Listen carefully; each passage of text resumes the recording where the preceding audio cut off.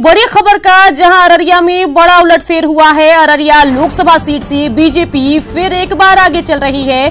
6,605 मतों से बीजेपी उम्मीदवार प्रदीप सिंह आगे चल रहे हैं।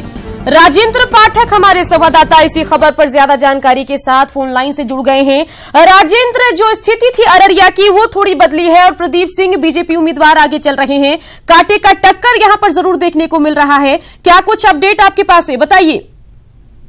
देखिए, अभी जो चौथे राउंड की काउंटिंग के बाद का पोजीशन है उसमें बीजेपी के उम्मीदवार ने 6605 वोटों से बढ़त ली है जी। और इस तरह से देखिए तो हर राउंड में 2 राउंड के बाद तीसरे राउंड में राजद की बढ़त हुई थी, वो 1300 कुछ वोटों की बढ़त थी। अब ये चौथे में फिर बीजेपी की बढ़त है, यानी 3 राउंड में बीजेपी ने बढ़त ली है। तो वोटों की गिनती में एक बड़ा दिलचस्प सी आगे प्रैक्टिस चल रही है और इस आगे पीछे हालात तो अभी कुछ कहा नहीं जा सकता है कि टिकने वाला क्या है, लेकिन इतना तो है कि जैसे ही कुछ राउंडों की और गिनती होगी, एक निर्णायक बढ़त की जब स्थिति सामने आएगी तो पूरी परिस्थितियों पर एक अलग से पूरे माहौल में चर्चा बनेगी। लेकिन फिलहाल जो जैसे ही काउंटिंग की घोषणा होती है, बाहर जो भी जनसमूह है, लोग हैं, कार्यकर्ता है, दलों के लोग हैं, वो अपना अपना दोनों तरफ से उत्साह जता रहे हैं और फिलहाल जो चौथे राउंड में है बीजेपी ने बढ़त ली है और अब अगले राउंड के लोगों को इंतजार है। बिल्कुल राजेंद्र, जैसे जैसे रुझान आने शुरू हो रहे होंगे, जैसे जैसे हर राउंड की काउंटिंग के बाद नतीजे बाहर आ रहे होंगे, वैसे वैसे बॉडी लैंग्वेज में भी तब्दीली जरूर आ रही होगी। अब तक जो महागठबंधन के कैंडिडेट का चेहरा खिला हुआ था, जो उसके कार्यकर्ताओं के चेहरे खिले हुए आपको दिख रहे होंगे, इस नतीजे के बाद थोड़े मुरझाए होंगे और कमल थामे हुए कार्यकर्ताओं का चेहरा जरूर खिला होगा। हालात तो दूर से ऐसे कयास लगाए जाने लगभग स्वाभाविक है। ऐसी परिस्थितियां होती हैं कि जिसकी बढ़त होती है उसके कार्यकर्ताओं में उत्साह आ जाता है, लेकिन हर अररिया काउंटिंग सेंटर के बाहर की जो हालात है उसमें इतना तय है, क्योंकि यह एक खास सा इलाका है, यहाँ राजद समर्थकों का काफी जमघट है और ज्यादा मुखर है राजद के कार्यकर्ता। और हर बढ़त के दूसरी बढ़त के बाद भी उन लोगों ने कहा था कि मेरी बढ़त हो रही है, मेरी बढ़त होगी। तो अभी भी उनका दावा है और अभी भी उनके तरफ से अपने अंदाज लगाए जा रहे हैं। हालांकि बीजेपी के कार्यकर्ताओं ने पहले से ही कह रखा है कि मेरी पहली लीड थी और अंतिम लीड भी मेरी होगी। तो ये दोनों चलिए राजेंद्र, वाशिंद्र मिश्र कंसल्टिंग एडिटर नेटवर्क 18 हमारे साथ फोन लाइन से जुड़ गए हैं। वाशिंद्र जी, अगर बिहार के ताजा स्थिति की बात करें तो 2 सीटों पर जहां एनडीए आगे चल रही है, वहीं 1 सीट पर आरजेडी आगे चल रही है। ओवरऑल अगर उपचुनाव के नतीजों को कैसे देख रहे हैं आप, बताइए। देखिए, जो ट्रेंड अभी तक दिखाई दे रहा है, चाहे उत्तर प्रदेश के उपचुनाव के लीडिंग ट्रेंड हो या बिहार के उपचुनाव के लीडिंग ट्रेंड हो, तो उसके आधार पर ऐसा लगता है कि भारतीय जनता पार्टी और एनडीए की जो चमक है वो मतदाताओं के बीच में थोड़ी धूमिल होती दिखाई दे रही है। और जिस तरह से लगातार उत्तर प्रदेश की दोनों लोकसभा सीटों पर बीजेपी के उम्मीदवार पीछे चल रहे हैं, ठीक उसी तरह से बिहार में भी ज्यादातर सीटों पर बीजेपी और एनडीए के उम्मीदवार या तो पीछे चल रहे हैं, नहीं तो बहुत कम मार्जिन से बराबर का टक्कर दे रहा है। तो इसके आधार पर कहा जा सकता है कि जो दावे किए जा रहे थे एनडीए की तरफ से, बीजेपी की तरफ से, एनडीए के सहयोगी दलों की तरफ से कि 2019 उनका है, 2019 में जनता उनको फिर एक बार प्रचंड बहुमत देगी, उसमें काफी हम कह सकते हैं कि संदेह पैदा हो रहा है। और अगर अभी तक का जो ट्रेंड है ये बरकरार रहा और ये अंतिम परिणाम के रूप में कन्वर्ट हुआ, तो यह निश्चित रूप से भारतीय जनता पार्टी के लिए खतरे की घंटी है 2019 के पहले, क्योंकि एक के बाद एक लगातार भारतीय जनता पार्टी उत्तर भारतीय राज्यों में चुनाव हार रही है। उपचुनाव में पहले राजस्थान में बीजेपी को शिकस्त मिली, फिर मध्य प्रदेश में मिली और आज उत्तर प्रदेश और बिहार में जिस तरह का लीडिंग ट्रेंड दिखाई दे रहा है, तो वह भारतीय जनता पार्टी के लिए बहुत अच्छे संकेत नहीं है।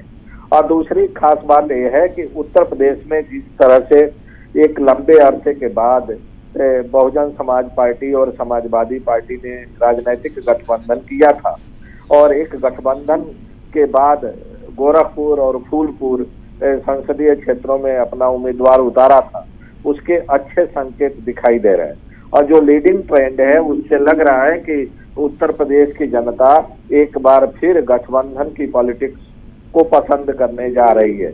गोरखपुर की सीट भारतीय जनता पार्टी के लिए बहुत ही प्रतिष्ठापूर्ण सीट रही है। वहां से योगी आदित्यनाथ कई टर्म एमपी रहे और इस समय उत्तर प्रदेश के मुख्यमंत्री हैं। और ठीक उसी तरह से फूलपुर की सीट भी भारतीय जनता पार्टी के लिए बहुत ही प्रतिष्ठा की सीट है। वहां से उत्तर प्रदेश के deputy chief minister Keshav Maurya सांसद थे और इस समय उत्तर प्रदेश सरकार में नंबर 2 के मंत्री हैं। तो इस आधार पर हम कह सकते हैं कि अगर भारतीय जनता पार्टी के 2 बड़े कद्दावर नेता जो सरकार में नंबर 1 नंबर 2 की भूमिका में है, वे अपनी संसदीय सीट नहीं बचा पा रहे हैं, तो उत्तर प्रदेश के बाकी जी बिल्कुल वासिंदर जी, यूपी में जहां बीजेपी को सोचने की दरकार है, लेकिन वहीं अगर बिहार में बात करें तो जहां बिहार में अब तक कमल मुरझाया वो दिख रहा था, वो अब थोड़ा खिला है, क्योंकि अररिया लोकसभा सीट पर एक बार फिर से बीजेपी के कैंडिडेट प्रदीप सिंह 6605 वोट से आगे चल रहे हैं। वहीं भभुआ सीट से रिंकी रानी पांडे एक तरफा आगे बढ़ रही हैं और हार का सामना जहानाबाद में सिर्फ एनडीए को करना पड़ रहा है। हारती हुई एनडीए यहां पर दिख रही है। जेडीयू के अभिराम शर्मा लगातार पीछे ही चल रहे हैं और आरजेडी के सुदय यादव आगे चल रहे हैं। तो बिहार में स्थिति थोड़ी सी एनडीए के लिए यहां पर बेहतर दिख रही है, क्या कहेंगे? देखिए, बिहार में अभी तक जो लीडिंग ट्रेंड है उसमें अब जाके भारतीय जनता पार्टी अररिया सीट पर आगे हुई है। इसके पहले शुरुआती दौर का जो रुझान था उसमें भी भारतीय जनता पार्टी के उम्मीदवार पीछे चल रहे थे। इसके अलावा ज्यादातर और जो सीट है बिहार के उसमें या तो आरजेडी आगे है और नहीं तो बहुत बराबर का मुकाबला है, कड़ा टक्कर है। तो इस तरह से हम कह सकते हैं कि चाहे उत्तर प्रदेश हो या बिहार हो, भारतीय जनता पार्टी और एनडीए गठबंधन को एक बार फिर सोचना होगा, अपनी चुनावी रणनीति बनानी होगी 2019 के पहले और ये अच्छे संकेत नहीं है एनडीए के लिए और भारतीय जनता पार्टी के। जी वासिंद्र जी, शुरुआती रुझानों पर अपना विश्लेषण देने के लिए आपका शुक्रिया। तो लगातार अहम खबर हम दर्शकों को दिखा रहे हैं और टैली के जरिए और ग्राफिक्स के जरिए आपको अपडेट भी लगातार दे रहे हैं कि कौन सी सीट पर कौन सी पार्टी आगे चल रही है। हमारे गेस्ट भी लगातार हमारे साथ बने हुए हैं। रुख करते हैं, अमित सिंह हमारे संवाददाता हमारे साथ जुड़ गए हैं। अमित, फिलहाल अगर ताजा स्थिति की बात करें तो यहां पर कमल थोड़ा सा खिला है। लगातार 2 सीटों पर लालटेन जलता हुआ अब तक जो दिख रहा था, वहीं अब 2 सीटों पर, एक लोकसभा और एक विधानसभा सीट पर कमल खिला है। क्या कुछ कहेंगे अमित?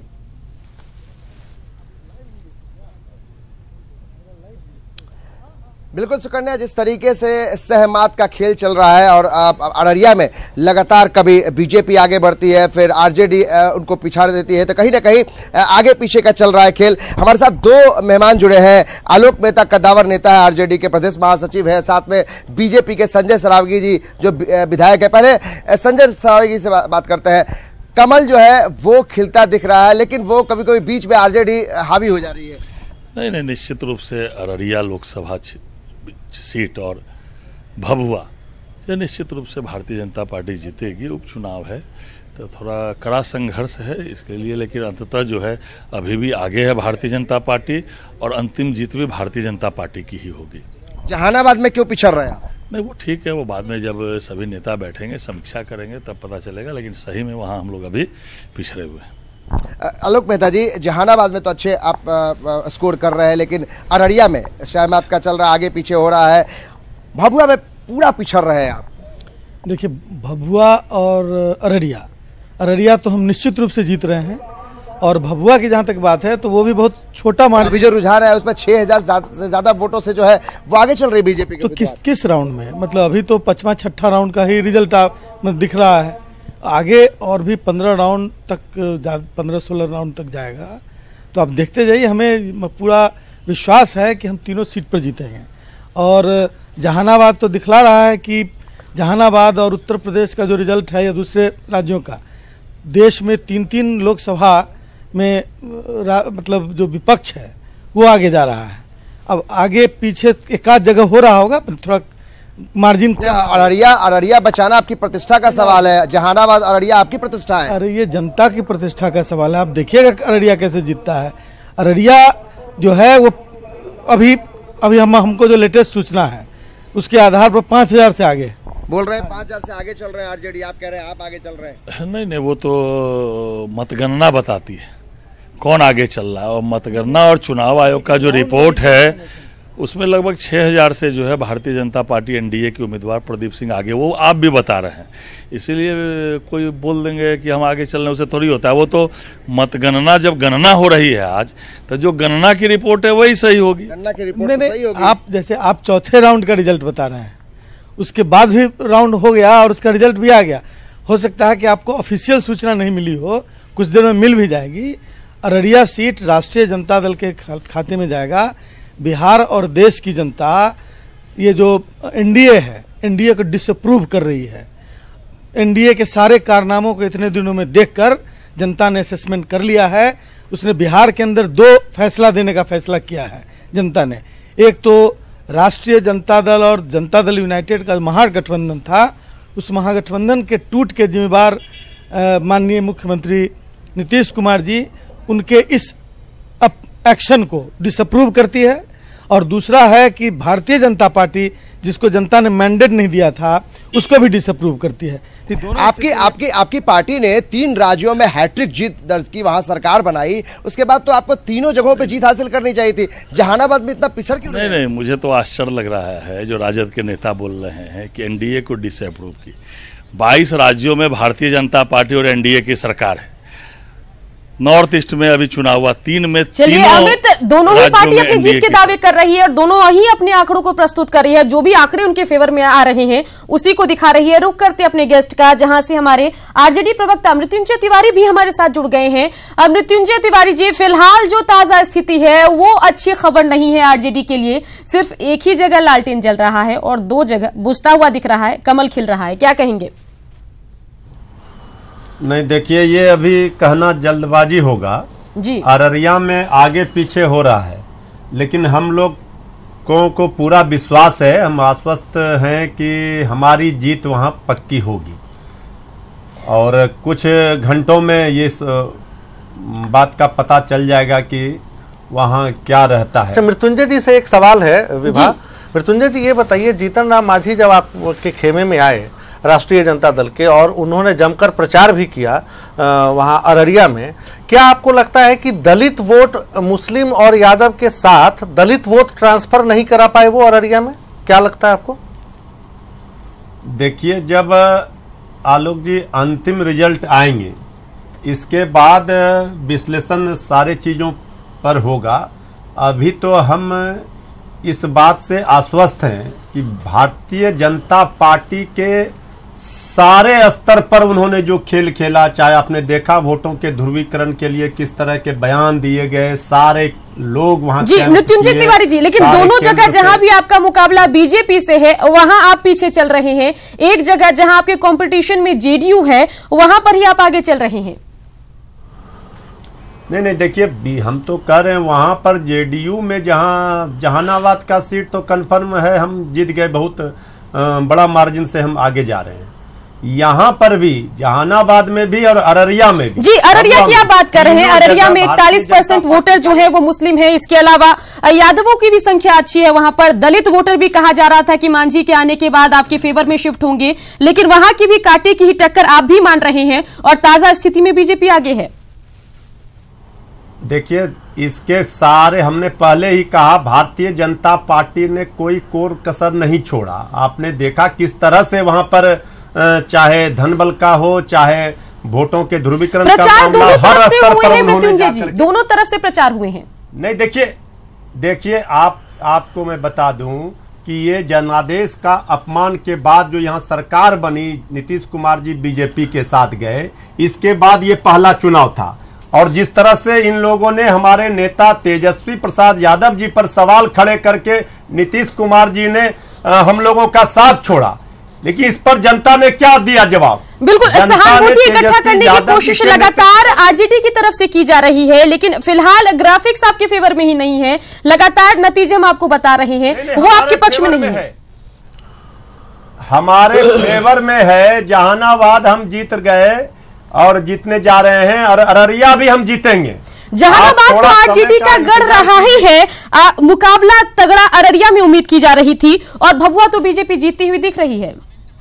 चलिए अमित हमारे संवाददाता हमारे साथ जुड़ गए हैं। अमित, तमाम राजनीतिक पार्टी अपने अपने दावे कर रही है और आरजेडी के नेताओं से अगर बात करें तो वो तो कह रहे हैं कि हम ही जीत रहे हैं और जनादेश का जो अपमान हुआ था उसी का सबक जनता ने एनडीए को सिखाया है। और आंकड़ों में भी लगातार तब्दीली आ रही है, ग्राफिक्स लगातार बदल रही हैं, कभी कोई आगे जा रहा है, कभी कोई पीछे हो रहा है। आपके पास साथ कौन मौजूद है अमित, बताइए।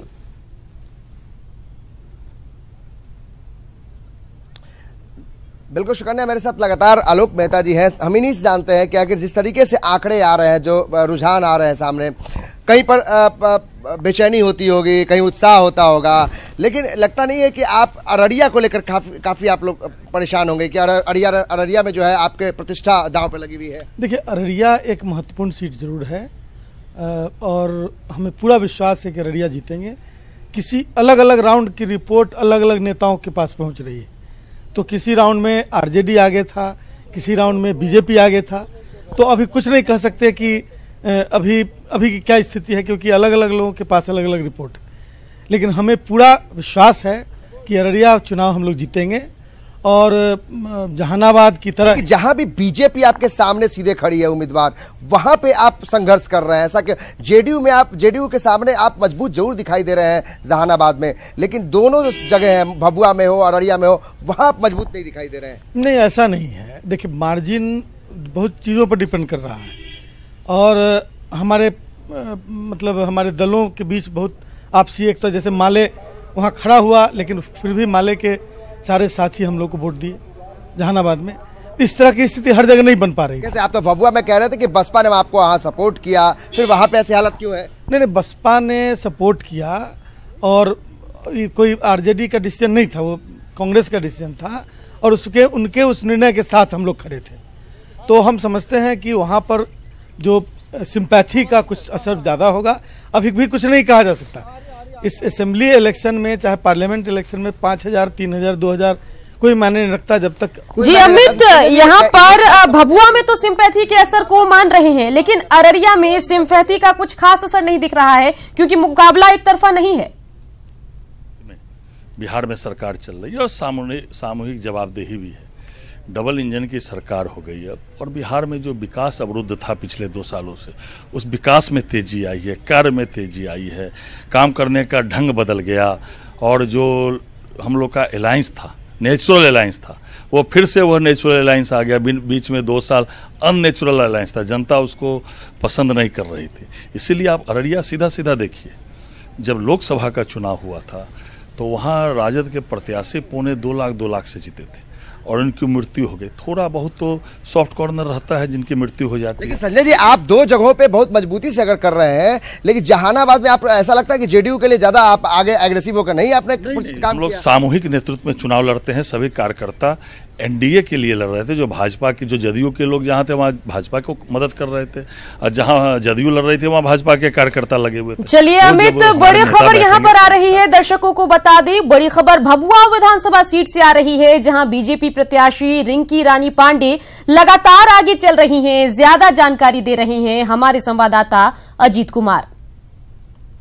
और काफी शांतिपूर्ण तरीके से और पूरे सुरक्षा के चाक चौबंद व्यवस्था के बीच यहाँ मतगणना चल रहा है और कई राउंड मतगणना का हो चुका है और शुरू से ही इस मतगणना केंद्र पर जो भाजपा के प्रत्याशी हैं रिंकी रानी पांडे, वो लगातार बढ़त बनाए हुए। पहली राउंड में जब वो 2000 मतों से जब बढ़त बनाई, वो बढ़त बढ़ता ही चला गया और 4000 को पार कर गया है।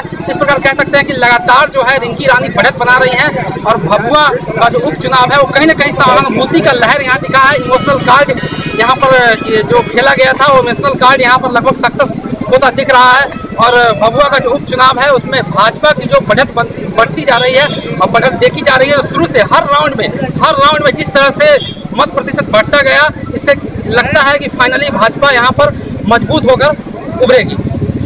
Ajit Kumar, ETV news, Bhabua.